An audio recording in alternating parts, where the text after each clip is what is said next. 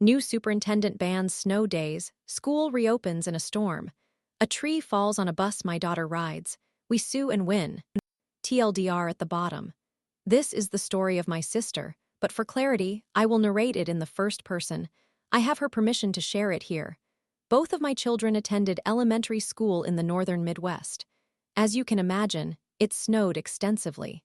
Even with the snow removal infrastructure in place, when a particularly severe storm hit, the town simply could not keep up, causing the buses to be unable to operate.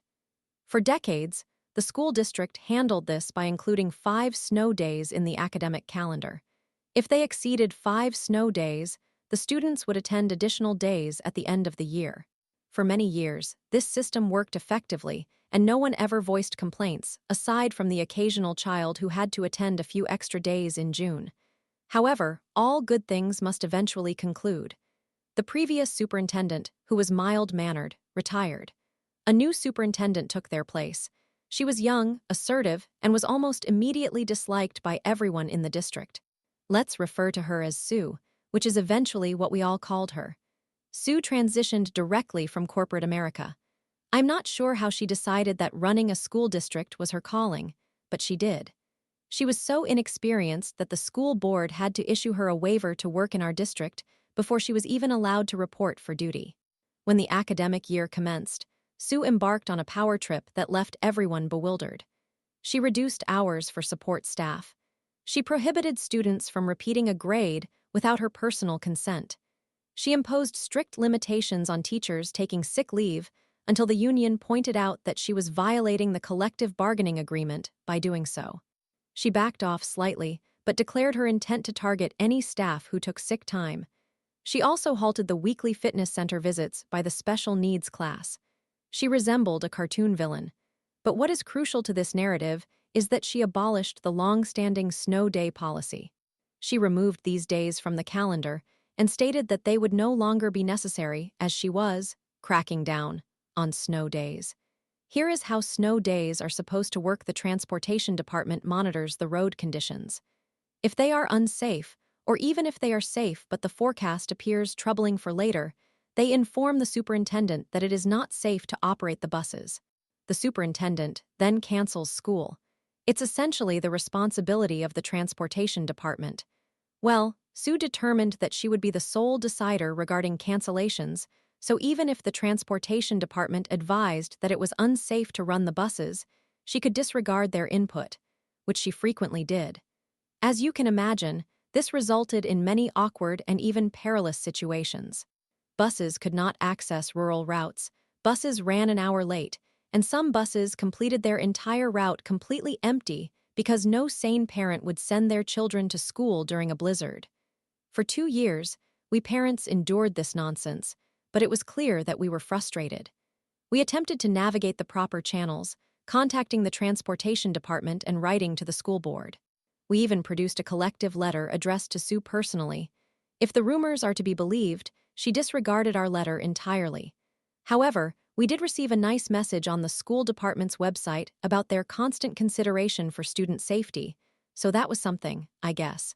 The situation finally reached a breaking point in the winter of that second year. A bus slid off the road. Although my children were not on it, it unsettled me. Numerous complaints appeared on the school's Facebook page from anxious and disgruntled parents. 2 years of being the only district in the county open during storms was testing everyone's patience. My sister-in-law is a criminal defense attorney, while I am a disability advocate with a state agency. Although I may not be a legal expert like my sister-in-law, I am familiar with the law. We met for dinner and decided that, if an inevitable tragedy were to occur, we would pursue legal action. We convened a few more times to develop our strategy, though you cannot sue a school district for making poor snow day decisions if a child gets hurt. The day finally arrived in the late autumn of Sue's 3rd year. A significant storm rolled in during the early morning hours. Thankfully, it wasn't cold enough to snow or freeze, but it was extremely windy. Most of the county lost power, including the schools. Thousands were affected, with power lines down, trees fallen, and roads closed. It was a chaotic situation. All the districts in the county shut down. All, that is, except for ours. Sue was never one to miss an opportunity for a power trip. She ordered the schools to remain open.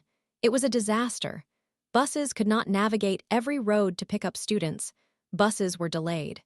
Individual schools sent out communications indicating that attendance was at the discretion of parents, and students unable to arrive at school would receive an excused absence from the principal. They encouraged staying home when safer. Keep in mind that all the schools were operating on generators. Therefore, the high school students who started an hour earlier were stuck in the gym, bored out of their minds. There was absolutely no reason to hold school that day.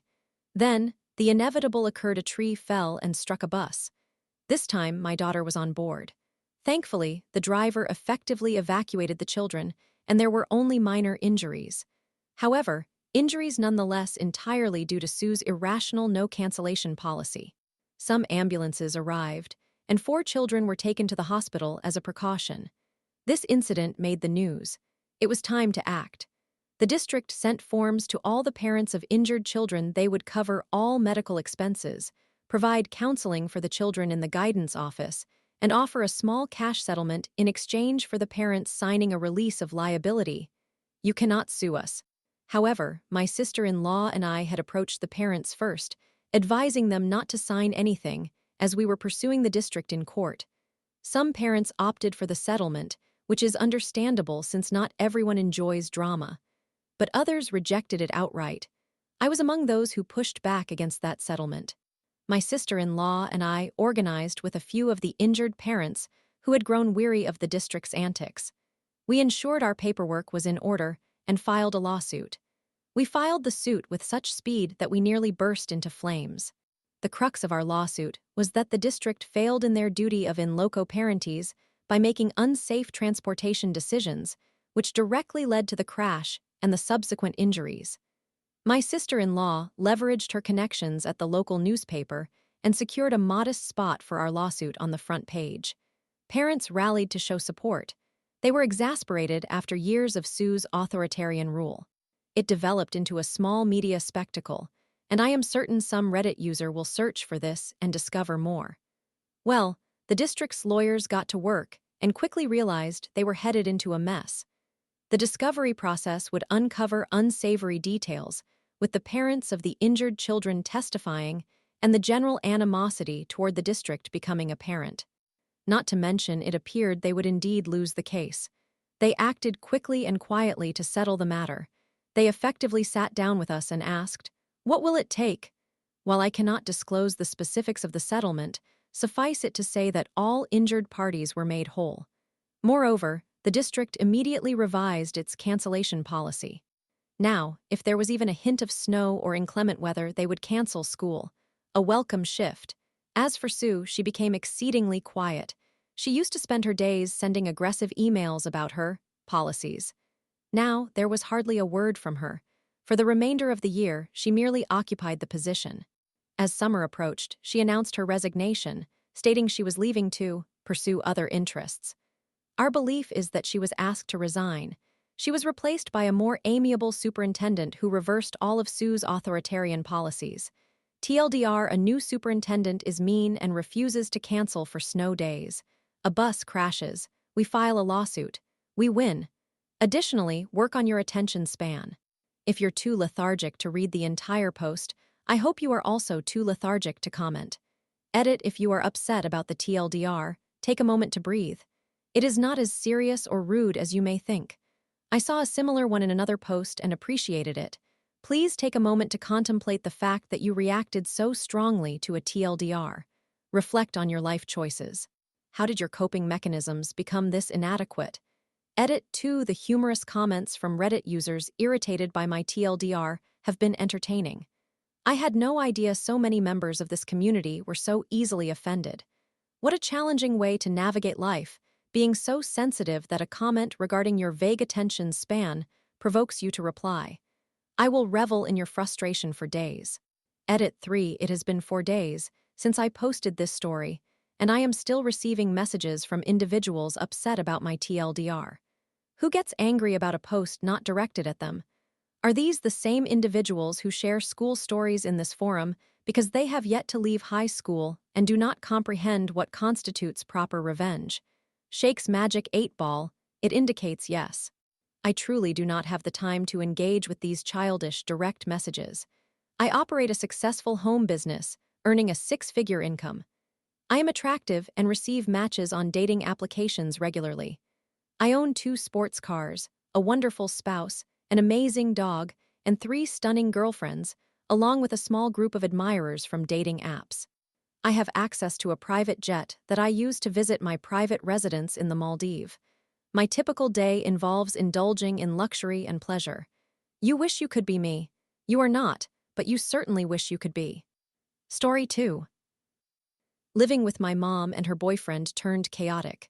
One night I overheard a terrifying fight, then found out she won't leave him. I am considering parting ways with my belongings since my mother participates in Reddit. I have been torn over whether to share this or keep it to myself, but I genuinely feel lost about what to do next. This issue is taking over my life to the extent that I struggle to focus on my well-being. Additionally, just a heads up, this may be a bit all over the place, but I am struggling to organize my thoughts, and I am seeking advice or assistance in any form. I reside with my mother and her partner, Paul.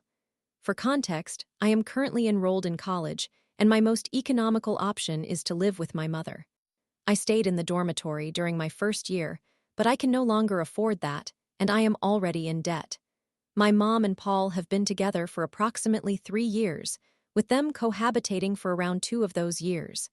Initially, I noticed how joyful my mother seemed with him. It was as if I was seeing a different person. To provide context, she has a history of unhealthy relationships and has endured many toxic and abusive partnerships in the past. I am extremely protective of her and deeply care about her happiness. However, after moving in with Paul, my mom started sharing snippets of their arguments. At first, I did not give it much thought, as disputes are common in relationships, but the situation progressively worsened. When I moved in, it reportedly created significant tension for both of them. Paul felt it was unfair for me to stay with them, claiming he had no space of his own. We live in a 2-bedroom condominium. It's a bit complex to explain. There are 2 living areas, one upstairs and one downstairs, with us occupying the downstairs unit while there is an Airbnb upstairs. After my arrival, he quickly developed numerous concerns about my presence. I often feel as though I am occupying too much space, even when I spend most of the day at work or attending classes. When we interacted, he would make comments about my actions that he deemed weird or impolite. When I attempted to explain my autism, he dismissed it as an excuse. He exhibited the same behavior towards my older sibling, Ricky, 21, non-binary, who also has autism. Ricky isn't currently in school and lives in a different city, which limits their interactions with my mother and Paul compared to mine. Similar issues keep arising, not only regarding me but also concerning my mother's actions. I cannot provide precise timelines, so I will compile a list of incidents that stand out. He takes advantage of my mother's car without permission when she is not using it. To clarify, he has his own vehicle, albeit in poor condition. It operates but is loud and has had prior mechanical issues. When my mother is home, he will conveniently take her car to work without prior notice, leaving her with no transport for errands until his return. There was an incident where they fought, and he took her car at 6 p.m. and did not return until 2 a.m., ignoring her attempts to contact him. She was extremely frustrated because it is unequivocally her vehicle, and she wanted to know where he had gone with it. He criticizes my mother for taking time to relax on weekends, labeling it as unproductive, and suggesting she should find a hobby, claiming she is merely being lazy, despite her demanding hours at a government job, which leave her little room for relaxation. On weekends, when she is not resting, she is typically engaged in household chores. She mops floors, scrubs the bathrooms, vacuums, washes the dishes, and so much more. He questions why she is working so hard all weekend rather than doing something constructive, although he refuses to contribute to any of the chores himself. Whenever my mother calls him out, he insists he does so much for the household that she takes for granted, despite the fact that he does not assist in keeping the space tidy. He has shamed my mother for her weight, insisting she needs to exercise and vocalizing his discontent when she indulges in sweets, although he himself cannot go a single meal without some sugary dessert. Additionally, she is not unhealthy nor does she weigh excessively, which makes his behavior perplexing. He becomes angry when my mother sleeps on the couch to avoid waking him. My mother has sleeping difficulties and requires specific conditions to rest properly. He complains when she tries to manage her sleep environment with a fan and a heated blanket. She moved to the couch to avoid disturbing him during the night when she needs to adjust or get up, in fear of inciting his anger. He is convinced that everyone acts merely to offend him. On one occasion, my mother mistakenly gave me food meant for him. She only realized her error after I had eaten it. He reacted furiously, claiming she had done it on purpose because I didn't want the one I was meant to have, even though we were unaware of the mix-up until after I had consumed it. The two items were quite similar, and their labels were nearly indistinguishable. This is just one instance, but I can recall several similar occurrences. They frequently engage in loud arguments, often escalating to intense yelling matches that culminate in him storming off while my mother weeps. She often turns to me for support and advice during these times. However, with each incident where he upsets her, my resentment towards him grows. Witnessing my mother's distress is heartbreaking and triggers memories of her past relationships. While he does not usually become physical with her, there was one occasion when she was trying to leave an escalating situation to calm down. She attempted to close the door to my room. I was not home at the time, but he forcefully pushed it open, causing her to fall backward and hurt her foot, which was still recovering from a procedure. Throughout these arguments, I comfort her and attempt to convey that she is in an unhealthy relationship, urging her to recognize that she deserves more. She consistently agrees and promises to end things, but she never follows through.